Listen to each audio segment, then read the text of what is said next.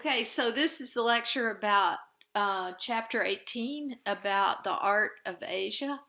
So in this course, we try to cover at least one not quote unquote non-Western art form. Or tradition. So let's just talk for a minute about what non-Western means. It's kind of confusing because West of what? So Western art just means art from, well, it originally meant art from Europe, the western part of Eurasia, I guess. And now I guess it includes American art and art that's, well, let's just, I mean, they should just call it European art or art by Europeans. No matter where the Europeans live, whether they live in America or France or Australia. But really, now there's just a world art scene, so it doesn't make sense anymore, really, to talk about Western and non Western art. But in art history, sometimes that phrase is just used. And non Western art means art from made by people who are not European. It's so Eurocentric that it's embarrassing, but it is what it is. Okay, so that's what we're doing.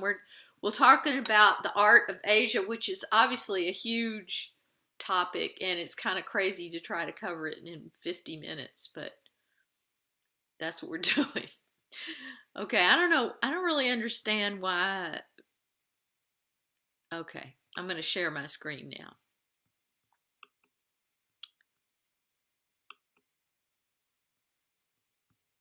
Uh, all right, so um, this is Asia. It's a continent. I think you know probably that. Let me see if I have another. Oh yeah, okay. Here's my other map of the world, so we can kind of nail down the continents. Because sometimes people are confused about the continents. All right, so here's us. We live in North America, right about here. South America is here. Africa here. Europe here. Asia and Australia. And I think the South Pole is also considered a continent, but not the North Pole because it's just floating ice. But the South Pole is its own continent. So, what we're talking about today is Asia. Now, weirdly, Asia is actually connected to Europe.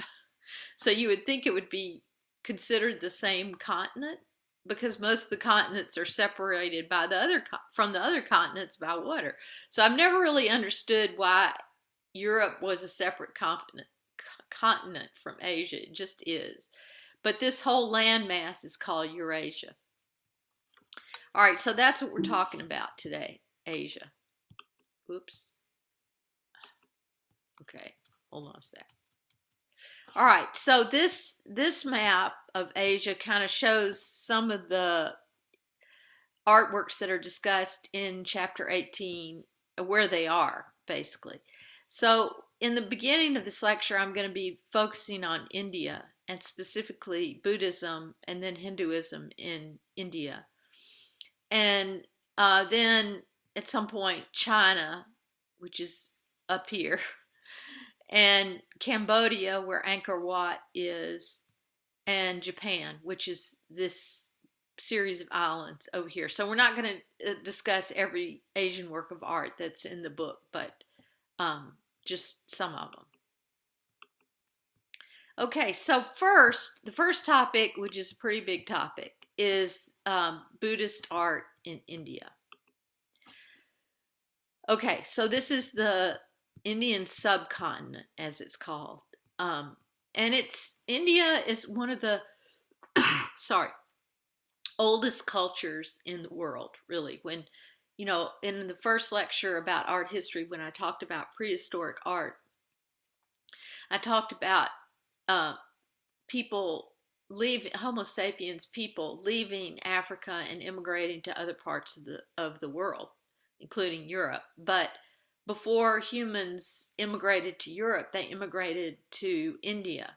And so India has been inhabited by people, our species, Homo sapiens, for 70,000 years, a very long time, almost as old as some parts of Africa and culture.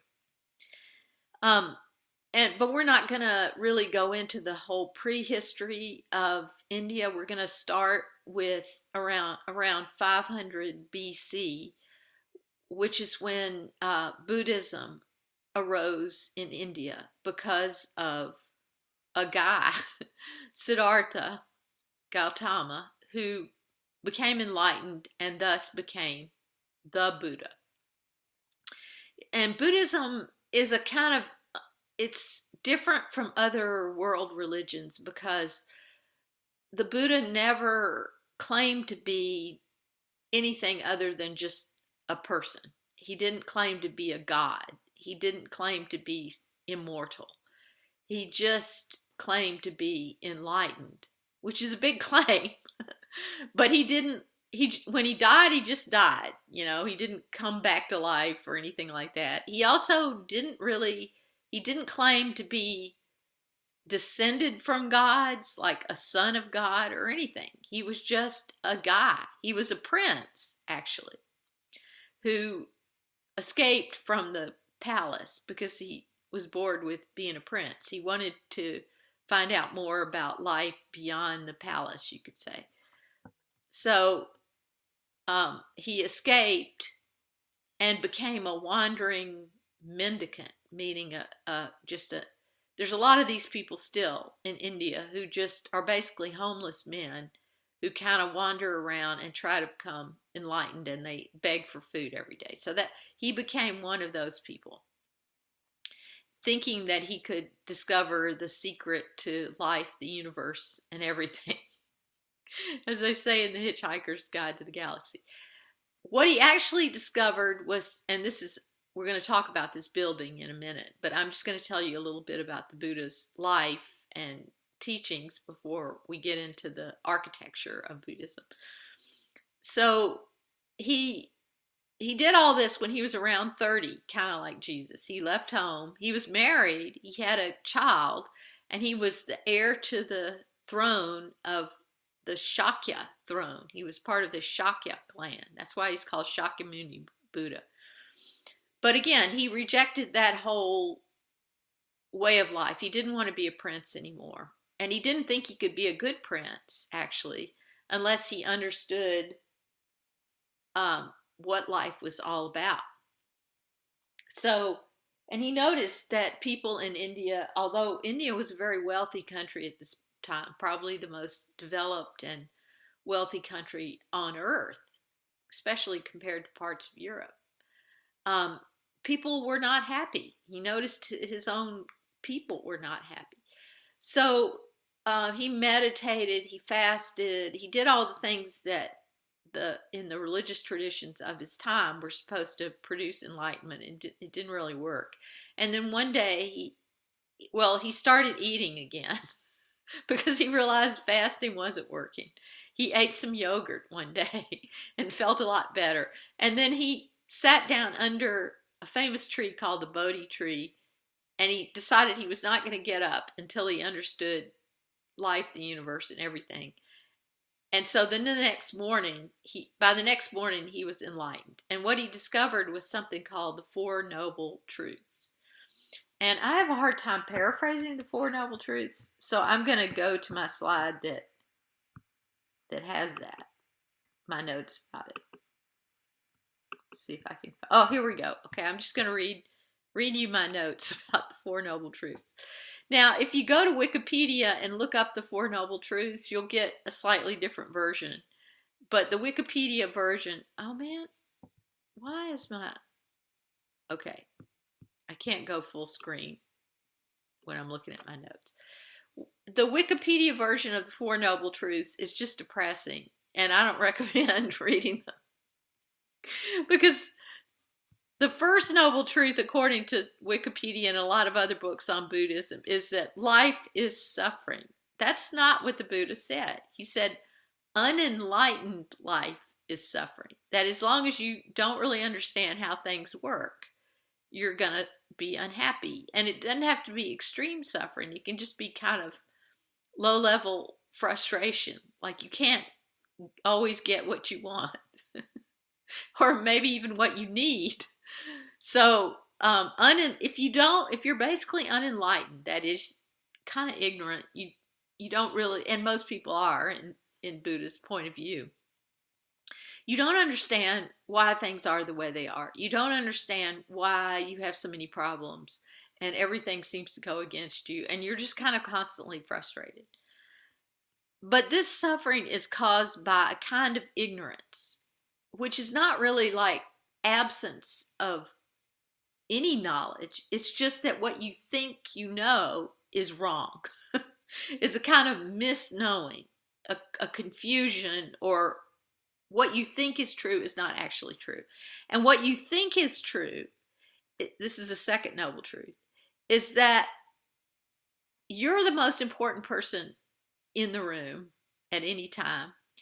And it's kind of you against the world, and you have to win. I mean, when I say it like that, it sounds stupid, right? But most people kind of believe that on some level. And I'm sure you can think of somebody that you know, maybe somebody in your family, that thinks it's all about them and that they're in a constant state of kind of warfare against everybody else. And they're unhappy, because actually there's more people than you. If it's you versus the other 9 billion people in the world, you're going to lose. Duh. All right. So that's not the way because you're sort of stuck in this mode of constantly struggling against reality, which is that you're just one person and you're not special really. Then you're always going to be frustrated because you're not the president of the world. Maybe you could get to be the president of the United States, but you still might be really frustrated and angry all the time because you can't always get what you want. All right. So, but the third noble truth is the good part, which is that nirvana, that not the garage band from Seattle, but the state of happiness or even bliss is actually possible, and it's kind of your birthright. Like, you deserve to be happy. You know this. You're just going about it in the completely wrong way. So the fourth noble truth is about what is the right way. How do you how and that is called the eightfold path of realistic thought and action. That is, things that you do and think that are actually in tune with reality as it is, not the way you wish it was. So I'm not going to get into the whole eightfold path, but it's basically an ethical system. Um, right thought, right action, right livelihood, right concentration. Some of it has to do with meditation, but a lot of it has to do with just conducting yourself in a way that doesn't make enemies out of everybody else, which is kind of obvious, but people don't always get it. It's kind of like the 12 steps of 12-step programs.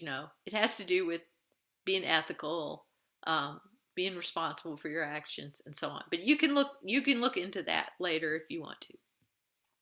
So the point is just that Buddhism is sort of a philosophy or even a kind of psychology more than it is a normal religion.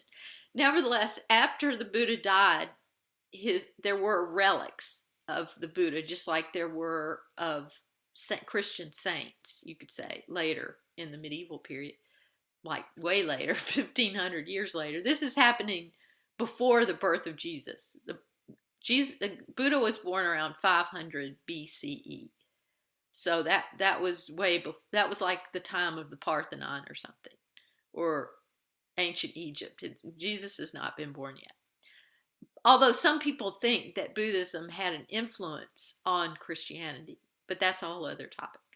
Okay, so these years after the Buddha died, various kings and princes that lived in India became Buddhists, kind of became converted to Buddhism.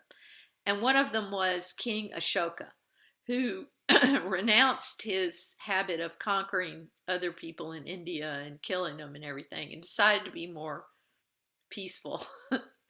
And to make up for all the militaristic exploits he had done, including killing a lot of people, he started building stupas, which are kind of like Buddhist temples. I guess they're the closest thing in India to a Buddhist temple. But you don't really go in them, you walk around them. So they're built as a kind of model of the world, the earth, the cosmos. They're round or semi hemispheres, they're sort of hemispheres. And there's a kind of porch on the top with these sort of stacked umbrellas that I think signify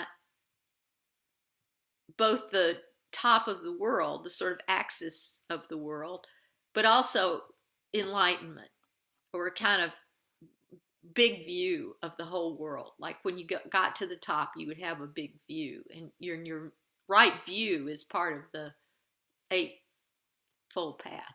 But what you do is you walk around the stupa in a clockwise manner on this kind of porch thing.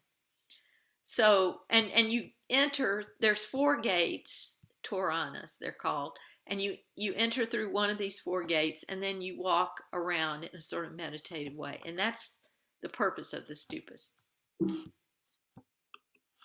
Okay, so one thing that's really interesting about Buddhist stupas is that they're not strictly Buddhist. That is, they incorporate other aspects of other pre-Buddhist religions in India, sort of animist religion. So what's an animist religion? An animist religion is kind of like a nature religion. That is, that the belief that, creeks and springs and trees all have a spirit, and these kind of fairy spirits live in those natural places. And so the gates of the great stupa in Sanchi, India, have images of these fairies, but they're sexy fairies, as you can see. So they're called yakshis, but they're basically nature spirits, sort of female nature spirits. So in that way, Buddhism didn't condemn or abolish previous religions. It just incorporated those previous religions into its own iconography, you could say. But as I wrote here, because I wanted you to see this word, iconic. Early Buddhism didn't really, it had iconography, but the iconography was not about representations of Buddha at first. It was symbols of his presence or his existence, like a footprint, the wheel of Dharma, and even umbrellas. I love it that umbrellas were a symbol of the Buddha, because India's hot. People carried umbrellas around to keep the sun off, but also there's monsoon rains there for months in the summertime, so it rains a lot too. So umbrellas are good to have. And for some reason they were associated with the Buddha, which I kind of think that's pretty wonderful.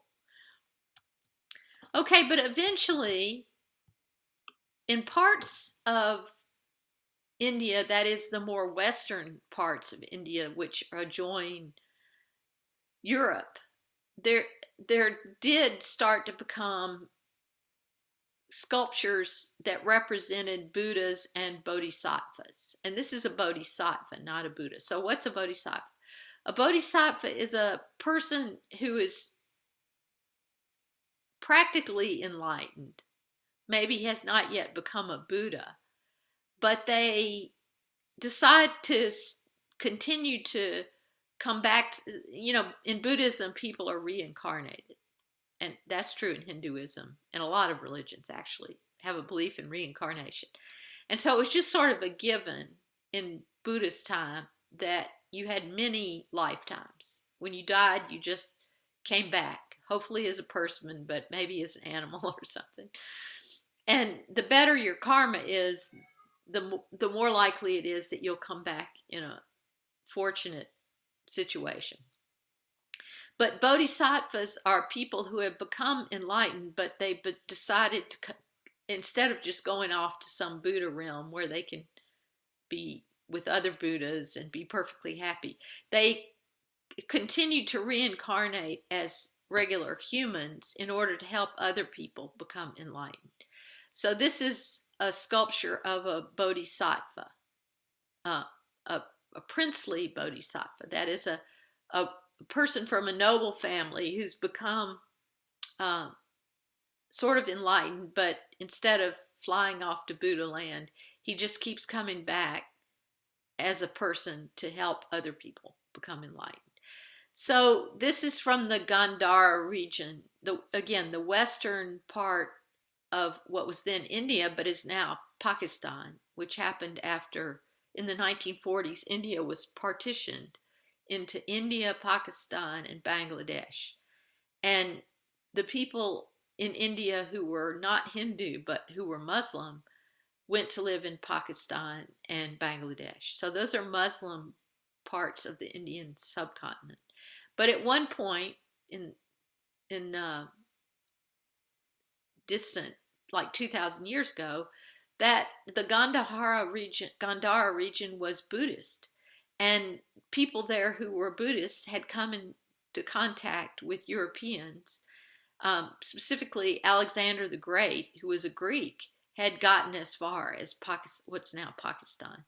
And so they had come in contact with Greco-Roman art, that is the sculpture that we've been studying, classical Greek, classical Roman sculpture. And so you can see the similarities here to Greek and Roman sculpture.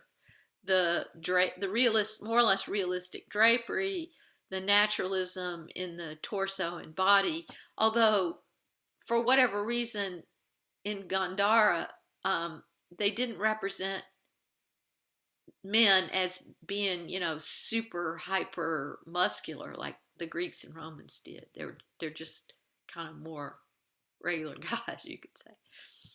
All right, so here's another example of what this so-called Greco-Roman art. I'm going to minimize this for a minute. And you might notice that in Greco-Roman art, there's also, this is the 1st century, 2nd century CE, that means the Common Era after Jesus' birth. This Buddha actually has a halo, kind of like some Christian sculptures. I don't know why. I mean, could this be more of the European influence, or is it just a kind of universal idea that a holy person should have a halo? I don't know. But you can tell that this is a Buddha because of the swelling at the top of the head that signifies enlightenment, the long earlobes, the serene expression, the robes, some of the gestures, which unfortunately this hand is broken off, and the symbol of the lotus down here, the lotus flower. Oh, these are all part of the Buddha's iconography. So another sort of weird thing about Buddhism that's important to understand is that in Buddhism, there's not just one Buddha. There's hundreds, possibly millions of Buddhas in the universe, in the entire universe. The person that we think of as the Buddha that discovered the Four Noble Truths, he's just one of them. He's Shakyamuni Buddha, the Buddha of, as Buddhists say, the Buddha of our time. But there's also future Buddhas, Maitreya Buddha, who's supposed to come sometime in the future, and Buddhas on other planets, and maybe earlier Buddhas that we didn't know about. I mean, if you become fully enlightened, you're a Buddha. And you keep reincarnating that way on different planets, in different universes, and maybe on the Earth. But again, you can see that although he's a Buddha, he's fully enlightened, he looks like a person. He's sort of androgynous. That is, he's not super male or super female looking, but that's typical of bodhisattvas and Buddhists generally. So here's a quote from a person I bet you didn't know was an art historian, the 14th Dalai Lama. So he's kind of the poster boy for Buddhism now. I don't mean that in a sort of, sounds kind of like a put down, but what I mean is he's the world's most famous Buddhist, the Dalai Lama, who's a Tibetan Buddhist leader. Okay, so this is what the Dalai Lama says about this kind of sculpture. One of the distinguishing features of the Gandharan school of art that emerged in northwest India is that it has been clearly influenced by the naturalism of the classical Greek style. And you know what that is, we studied it. Thus, while these images still convey the inner peace that results from putting the Buddha's doctrine into practice, they also give us an impression of people who walked and talked, and etc., and slept much as we do. I feel this is very important. These figures are inspiring because they do not only depict the goal, but also the sense that people like us can achieve it if we try. That is, people can become enlightened. You can become enlightened. Okay, so there's not just sculpture, although sculpture survives generally better than painting. There's also fresco paintings from caves, certain caves in India that were like monasteries where monks lived. So this is a painting of another Bodhisattva, Avalokitesvara, who's a bodhisattva that's beloved all over the Buddhist world for his or her compassion for humans. So again, this bodhisattva is usually represented in a kind of androgynous way that could be male or female. But the iconography of this bodhisattva is a lotus flower, which he or she is holding in her hand. And again, big earlobes from heavy earrings that the princes of India wore. And this one is actually wearing a crown. So sometimes you see these representations of bodhisattvas as if they are princely figures. This painting on this cave, and here's a doorway in the cave, is also surrounded by a lot of other stuff going on. It's kind of hard to figure it out, especially in the slide, but there's a woman here with a crown on, and then some monkeys and other couples and things going on in the background. It's not like a landscape. It doesn't have a kind of three-dimensional illusionism. It's just a surface decorated with a lot of figures. So that's another characteristic of this kind of art from this area and this period. Okay, so now we're going pretty fast through the religions of Asia, but now we're on to Hinduism. So Hinduism began developing as a religion in India around the same time as Buddhism. But it eventually sort of replaced Buddhism. Buddhism kind of died out in India, but by that time it had spread to other parts of the world. So Hinduism is the official religion of India now, and most people who live in India are Hindus, although there are Muslims there too. Even though, Muslims have their own state now, Pakistan and Bangladesh. A lot of Muslims just live in India. But most of the people that live in India now are Hindus. Now, Hinduism doesn't really have a founder. It's not like there's one prophet or something who sort of created Hinduism. It's a polytheistic religion. That is, it's got a lot of gods, hundreds. And most Hindus have one or two favorites that they kind of adopt as their personal deity, sort of like having a saint, like Catholics have a saint or something. But there's three main important gods: Brahma, the creator; Vishnu, the preserver; and Shiva, the destroyer. So, because Hinduism sees time as circular, not linear. So the universe, in Christianity, there's like creation story in Genesis, then Jesus comes, and then he goes away, but he's coming back, and that will be the end of the world. It's a straight line, like from here to here.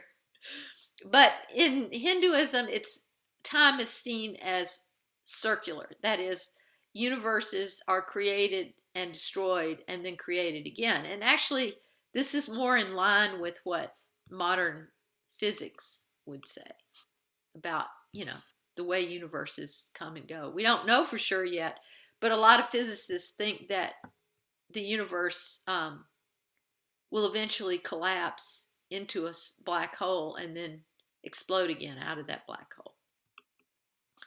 Okay, so surprisingly to a lot of Americans and Europeans, and even a lot of Indians who don't know about this, Hindu art is often, traditional Hindu art that goes back, 1,000 years ago, was often very erotic.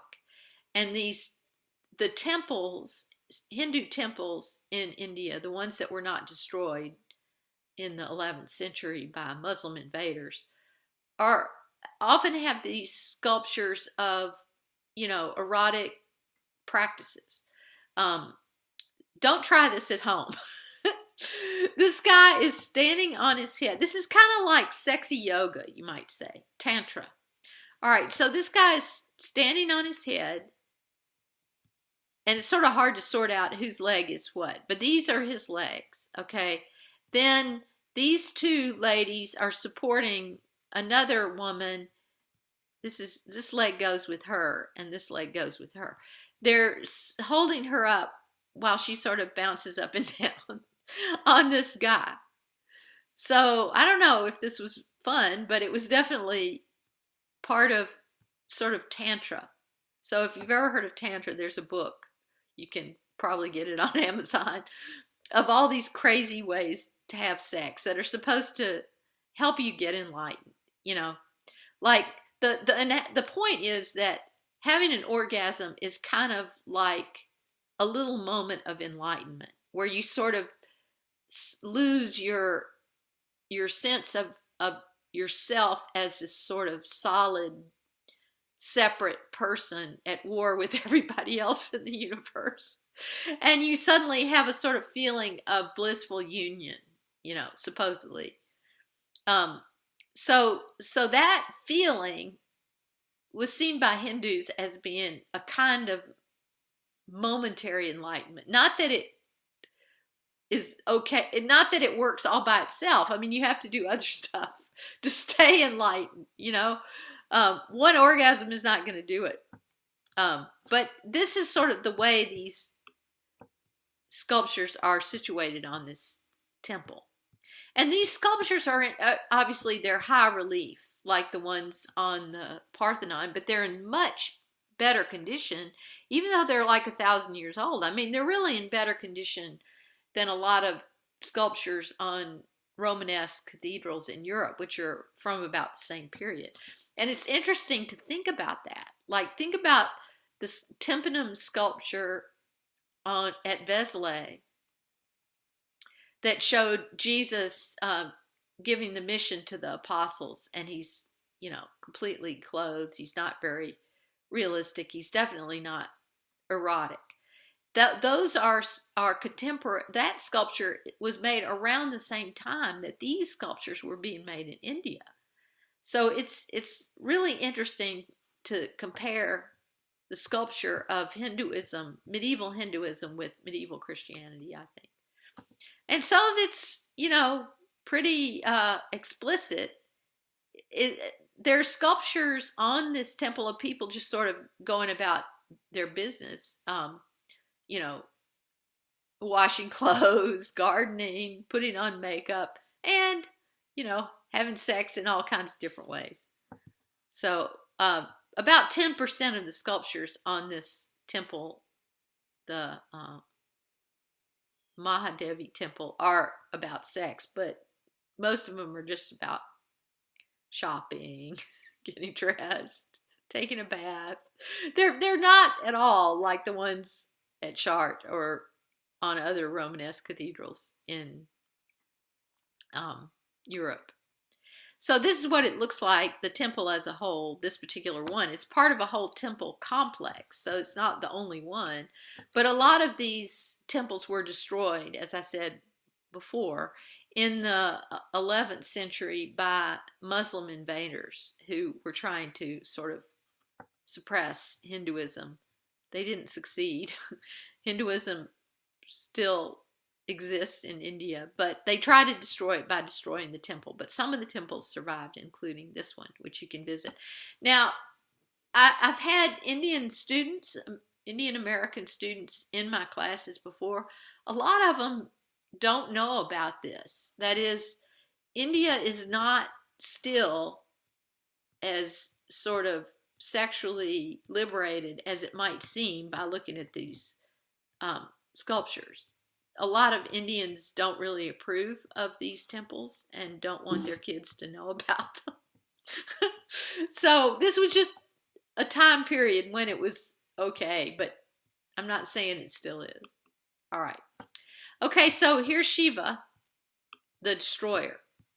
This is a pretty famous sculpture, but there's more than one image like this of Shiva. This isn't the only one. I think this is the one that I saw at the museum in Fort Worth, and maybe that's why I chose it. But when I saw it in Fort Worth, I didn't really understand it, and now I get it better. Okay, so I'll just tell you what I thought it was, and then what it really is.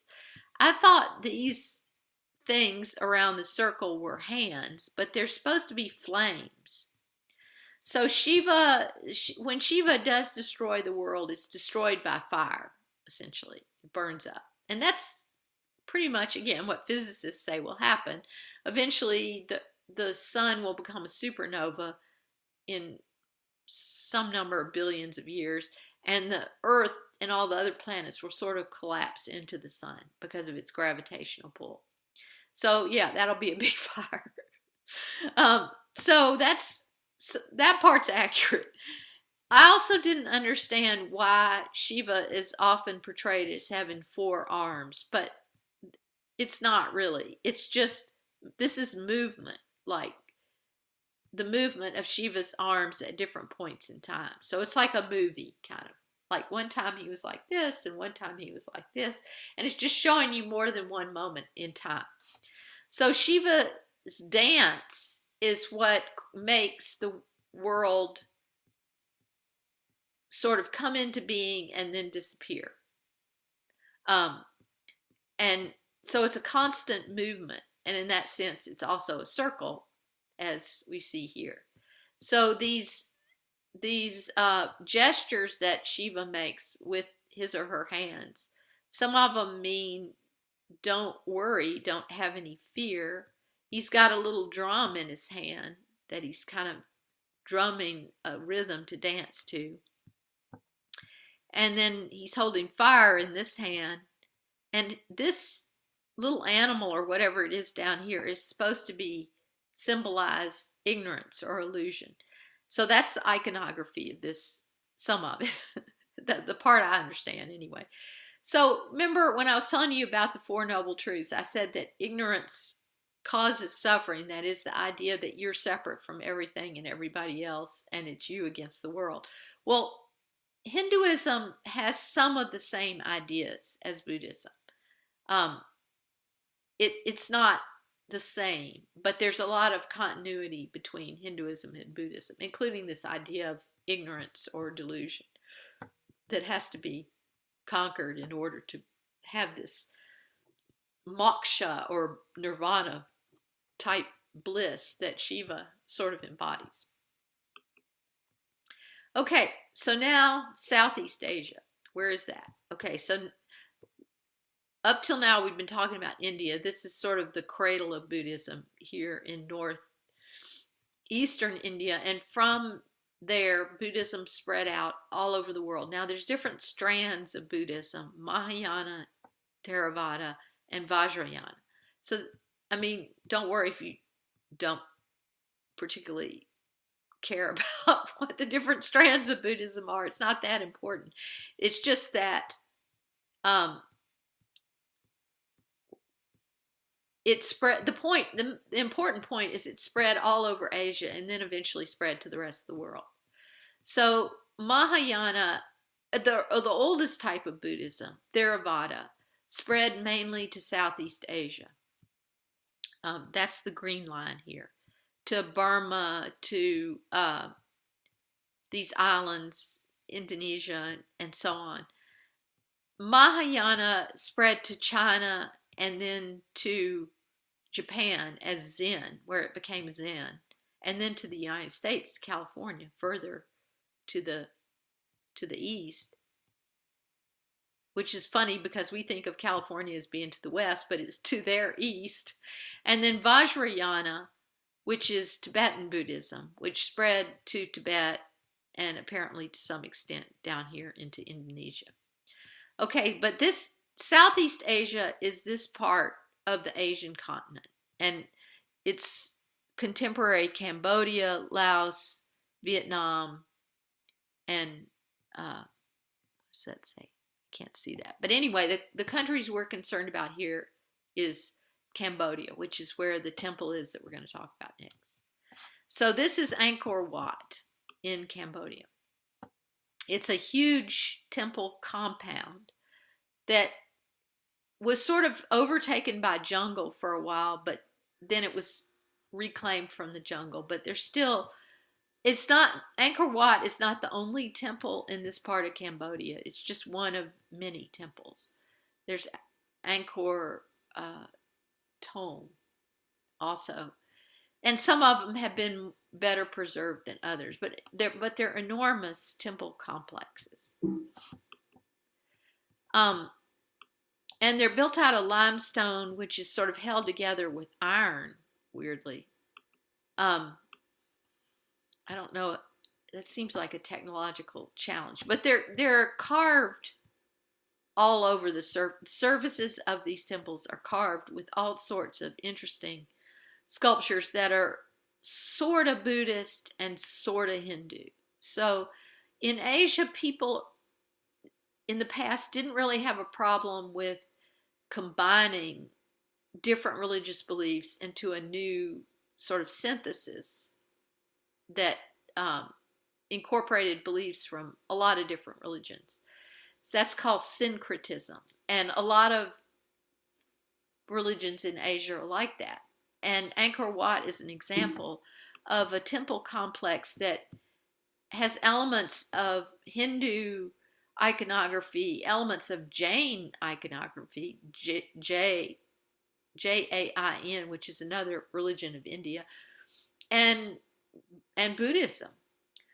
So there's elaborate carvings all over the surfaces of Angkor Wat and the other temples there, including these dancing, again, a bunch of dancing girls, like at the stupa in India, topless dancing girls with sort of skirts made mainly out of jewelry that kind of jangles when they dance, and these crazy shoes, these pointed shoes. I really like these shoes, and crowns. Okay, so these are kind of angels, kind of fairies.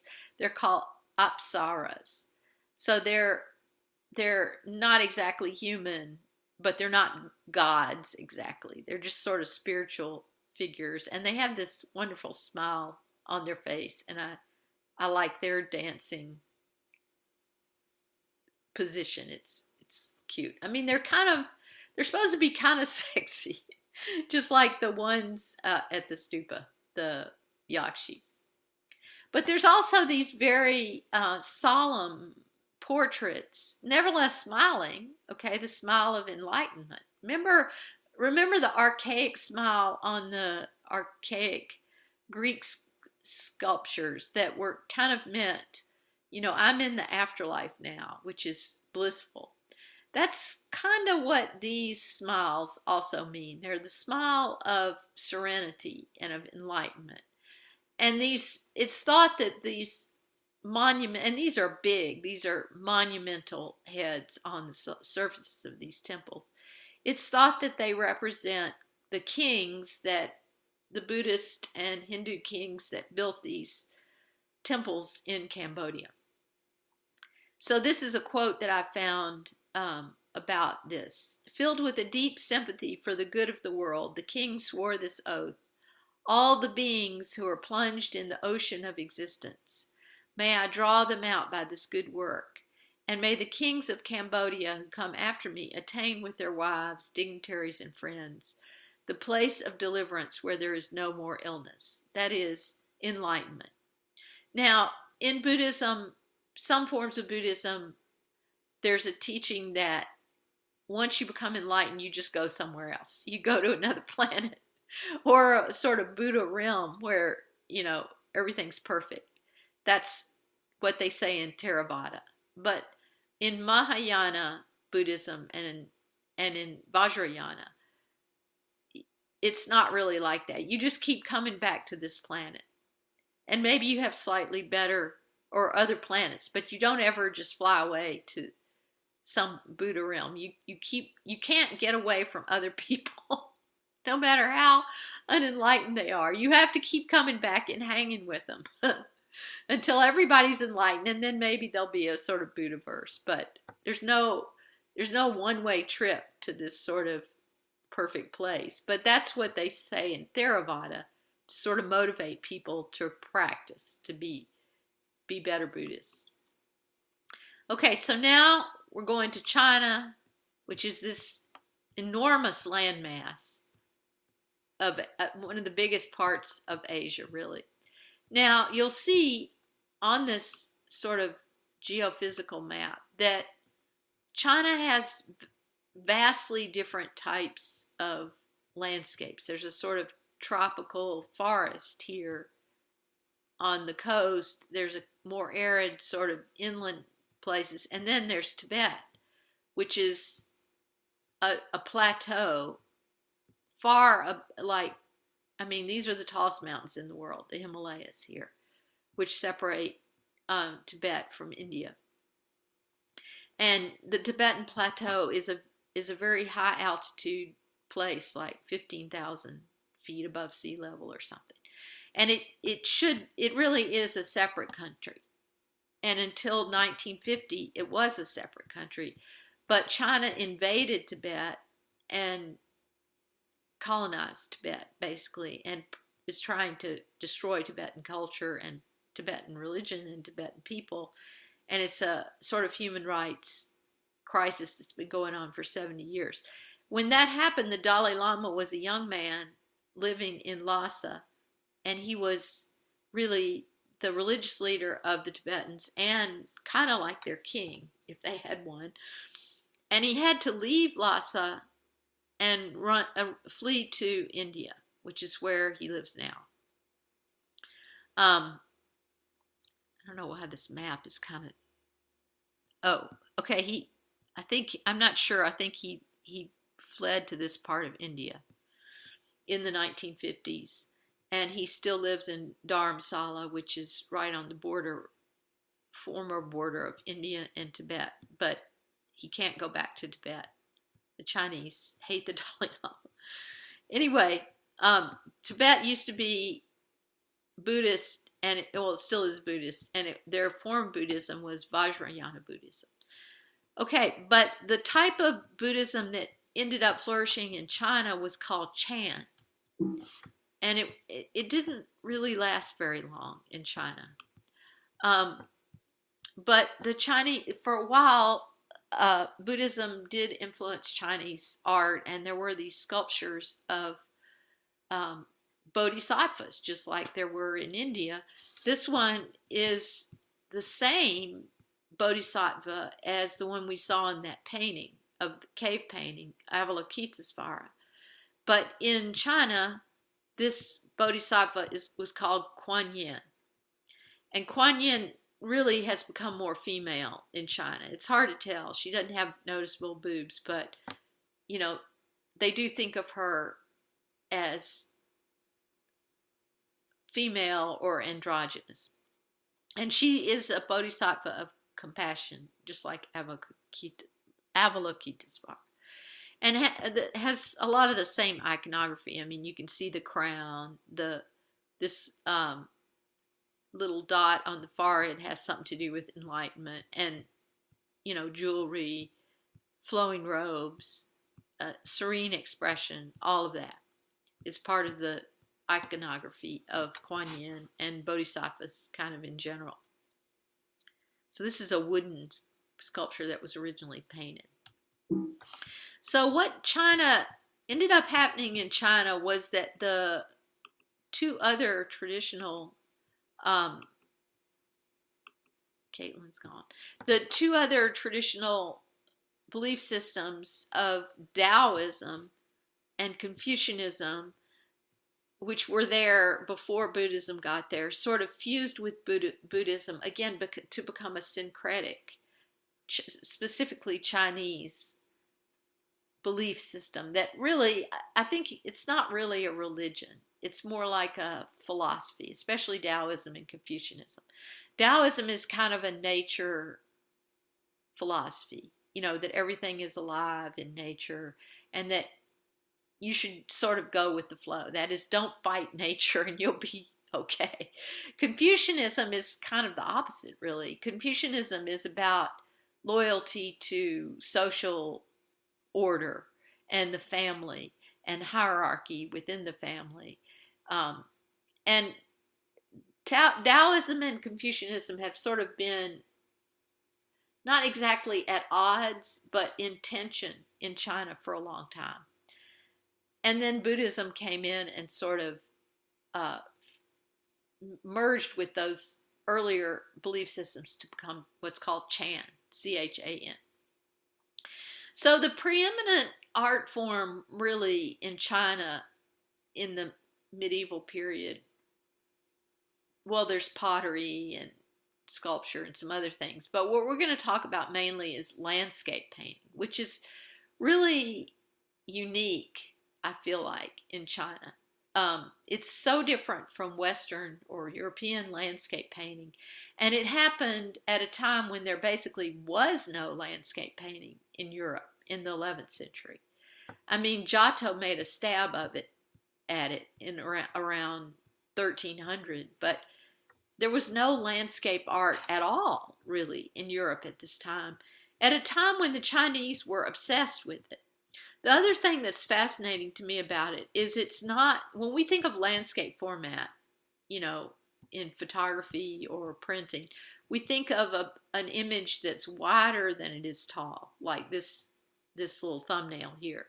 So like, when you're printing on a digital printer or something, it asks you if you want to do landscape or portrait format, and this is landscape and portrait is the other way.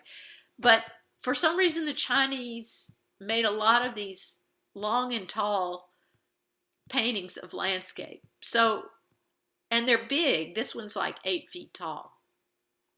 And I saw some of these in that museum in Fort Worth that has a big collection of Asian art.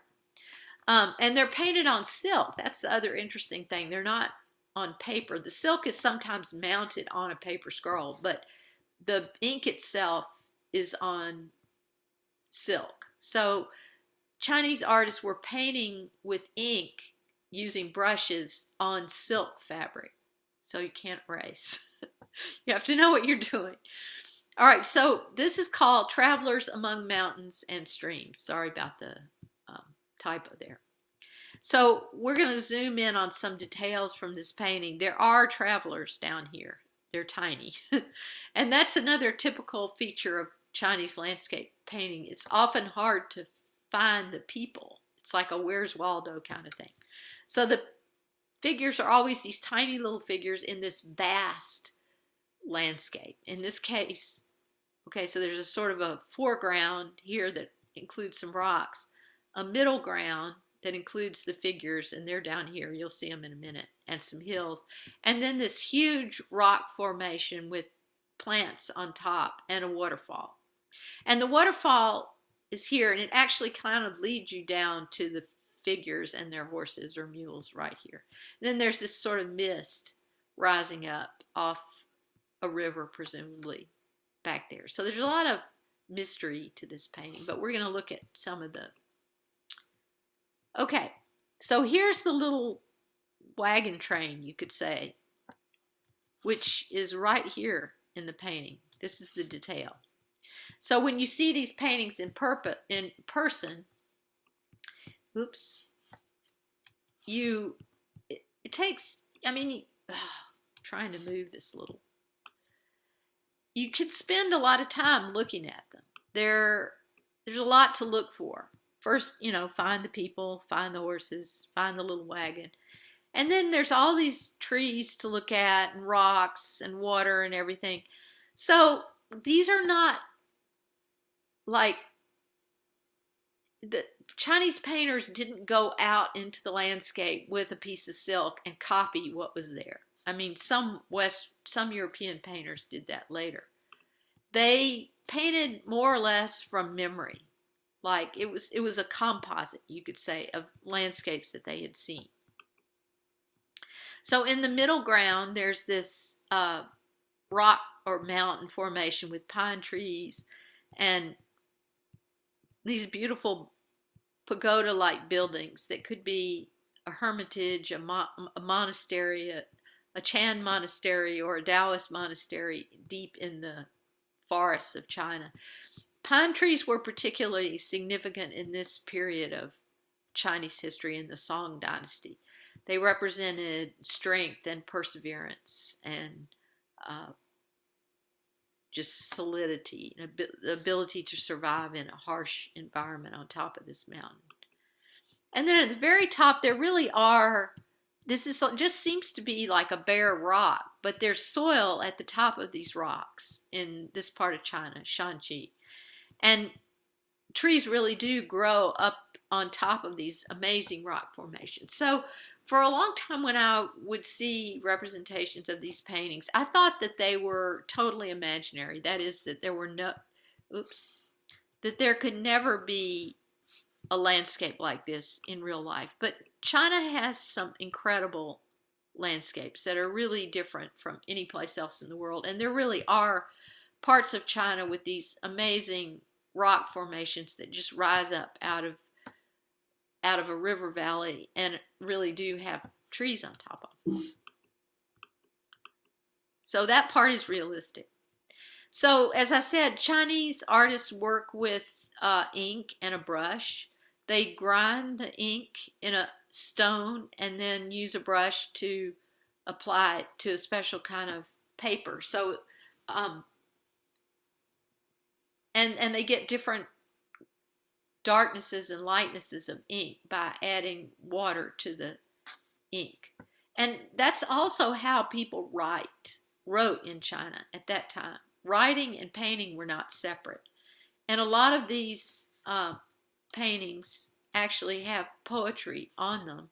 This one included has, I don't know if you can see this, go away, little. Anyway, at the top there's a poetry inscription. So these painters were also poets. We'll see another example of that in a minute. All right, so here's another one. This is actually a horizontal scroll. So the way you were intended to, these scrolls, although when they're in museums now, they're often displayed, the whole scroll is unrolled in one big, long, thin, 22-foot scroll. Originally, they were not meant to be seen like that. You would go to a friend's house and the friend would say, "Do you want to see my scrolls?"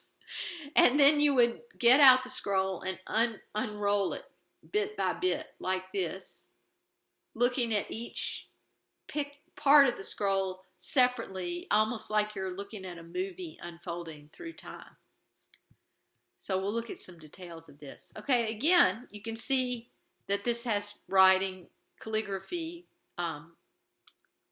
writing over here. Now, Chinese writing is read top to bottom, right to left. So in other words, you start here and you read down like this, then you go back up here and you read down like this. And these are not, how to explain it, these are not letters, they're entire words. So words are, they're ideograms, you could say. Like this could mean house or person. I don't know what they mean because I can't read Chinese. But Chinese writing is completely different from European writing. Okay, so here's what you see at the beginning of this scroll. You see, again, you see these fantastic mountains. Some of them are in the distance. And then there's water, it seems like, here. And then you unroll the scroll a little more and you see Um, seems like, yeah. You see sort of like a lake with an island in it and some boats maybe and a little boat dock or pavilion. And again, mountains in the distance. It looks like the artist has kind of used atmospheric perspective, right? He's made this a lighter shade of gray so that you can tell that's in the distance. And then there's poetry here talking about this landscape. Then you move into kind of, again, a more mountainous landscape. You see trees and um, mountains in the distance. And then you unroll a little more and you come again to some water and you see some figures here, some people, a little dock or sort of a deck, pavilion, the pine trees that Chinese artists love so much. And then some fishing boats out. Here's a guy in a fishing boat. He's got a hat on and he's fishing.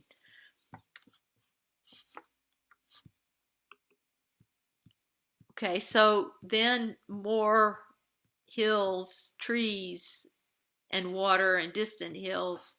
And then finally, one of those incredible rock outcroppings that just goes straight up, and water just sort of fades out into the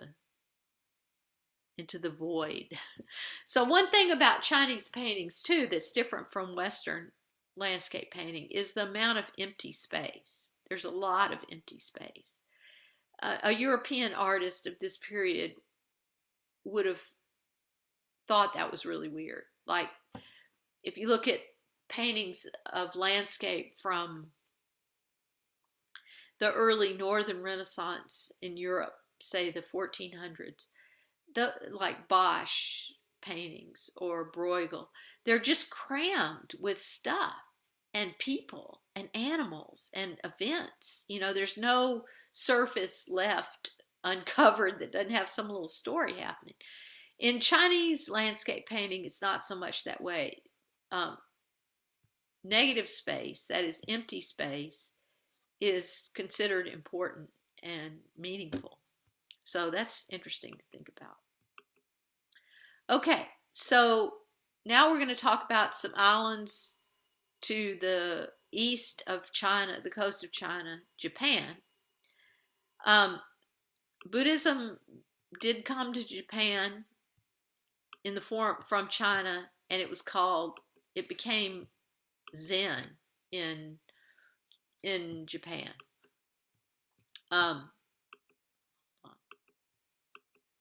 Okay, but there was already, when Zen came, or Buddhism came to Japan, there was already an older native religion there called Shinto. So Shinto is basically a nature worshiping religion. And in Shinto, everything is alive. And not just trees and water, but rocks and even things in your house. Your kitchen tools. And if you've heard of Marie Kondo, the woman who wrote the book, The Magic Art of Tidying Up or something, she's basically kind of coming from a Shinto point of view. That is, that all this stuff in your house, it's not inert. Like it sparks joy or it doesn't spark joy anymore. And so if it doesn't spark joy, it's okay to let it go to the Goodwill store or someplace else. But you should thank it for whatever it did for you in the meantime. Like here's this pillow. See, I made it 25 years ago probably. It still sparks joy, so I'm going to hang on to it. But let's say it didn't. I would say, thank you, Pilla, for all you've done for me. And now I'm going to take you to the Goodwill store so somebody else can enjoy you for the next 20 years. That's kind of Shinto. There's also a shrine in Japan, a Shinto shrine that's very important to the Japanese. And they rebuild it every 20 years from scratch. Like they trash the old one, get rid of it, and start all over and build it new so that it'll be pretty and new. Actually, that's kind of like Marie Kondo too. Hadn't thought of that before. So regular people are not allowed to go inside the main shrine there. You can walk around and look at the gardens and the forest and everything, but only certain members of the Japanese royal family are allowed to go in there. And one of the usually there's a princess of the Japanese royal family who is the official Shinto priestess, and she can go in there, and there's a special mirror or something. I don't really know all about this.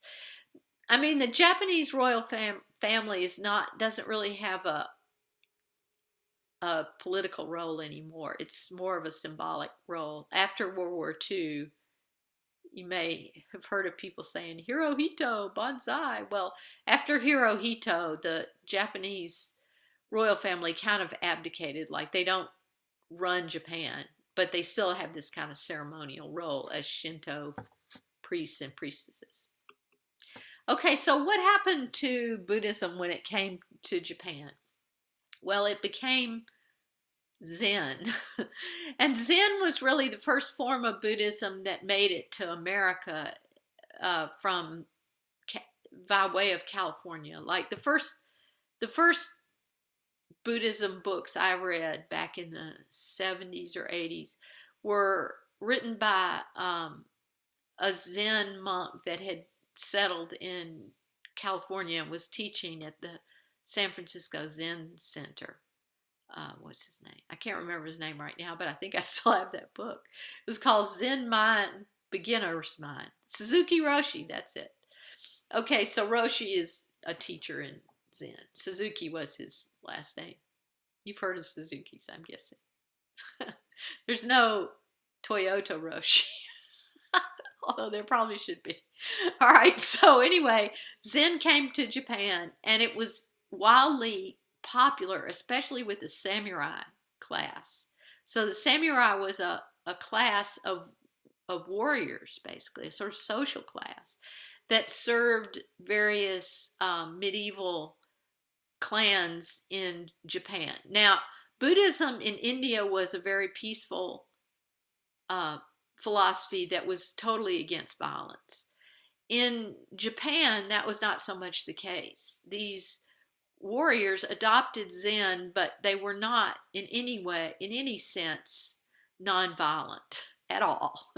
And the wars, there were civil wars going on in Japan a lot during the medieval period in Japan between these clans. But that sort of was able to coexist with Zen somehow. And again, in World War II, when Japan became a very militaristic society, that was not in contradiction to Zen or Shinto. But the aesthetic of Zen, I think, has had a huge effect on Japanese culture and art, which is a very simple, minimalist kind of aesthetic, a kind of frugality that the samurai class adopted, where less is more. And again, this kind of relates to Marie Kondo and getting rid of all your junk. You know, having things in your house that are only the things that you really love, and having less stuff. That's very Zen. So, and it applies to painting as well. Less is more. So this is one of those ink paintings. Japanese people also use brushes and ink to paint and write. I don't know if this is on silk or on paper, but as you can see, it's such a stripped down landscape that it's almost abstract. And there's a lot of empty space. There's a lot of negative space, sort of a void. So there's apparently a mountain in the background that's just indicated by a kind of round shape. And then a rock with trees, apparently, sort of bursting out of it. Some trees down here, and then a structure of some kind, a tea house maybe. This is not a steeple. This is not a Christian church. It may be a tea house with a bamboo pole with a flag hanging from it, like a lot of tea houses had. So, and this, this is 1400, y'all. This is way before anybody in Europe had thought of abstraction, even crossed their mind. At this time in Europe would have been the time of Masaccio's Holy Trinity, of Botticelli's Birth of Venus, of uh, Hieronymus Bosch and Bruegel painting these very busy landscape paintings. This is more like something from the 20th century. I mean, it's amazing how the Japanese landscape painters kind of anticipated the abstraction of the 20th century, I think. Okay, so one more thing, which is kind of the opposite. All right, so this is another scroll. It has a story over here in Japanese calligraphy, which is different from Chinese calligraphy, but made the same way with a brush and ink. And it tells a very violent story. It tells the story of these Japanese civil wars that went on for hundreds of years. And it's told from right to left. Okay, so the scroll tells you some stuff here. The story happens in chronological order here, and then the end of the story is over here. I just had put these two pieces on one slide so you could see the whole thing, and then we're going to look at details. All right, so what's going on here? All right, well, what is going on is one clan of Japanese warlords and their samurai, and you can see the samurai armor, which is interesting in this painting, are attacking the palace of another samurai clan. Okay, so they're arriving with a cart. They're bringing a cart that they're going to kidnap the warlord of this palace and carry him off, for ransom, or maybe they're going to kill him. I don't know, but they're going to kidnap him anyway. So they've got this cart pulled by a bull here, or probably an ox, and then they've got these incredible long bows, really big bows. As you can see, they're taller than the people, and horses. So they enter this palace, the roof of which is rendered in this very graphic zigzag here, and they start killing people with their spears and arrows, and they torch the palace, and then they leave through the back gate of the palace with the warlord in this little cart. All right, so it's kind of like, this is like the forerunner of anime, you could say.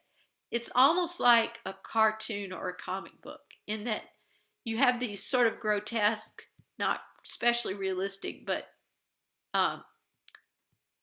almost like cartoon characters stabbing people and people trying to escape, and blood and fire, and this just amazing armor.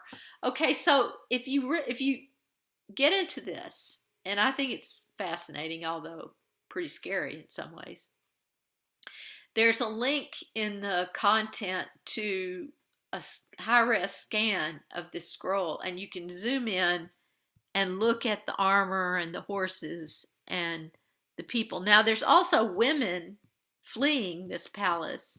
At the time, the style for medieval aristocratic women were these long kimono robes that dragged on the ground, and very long hair that was tied in a little knot near the end of their very long black straight hair.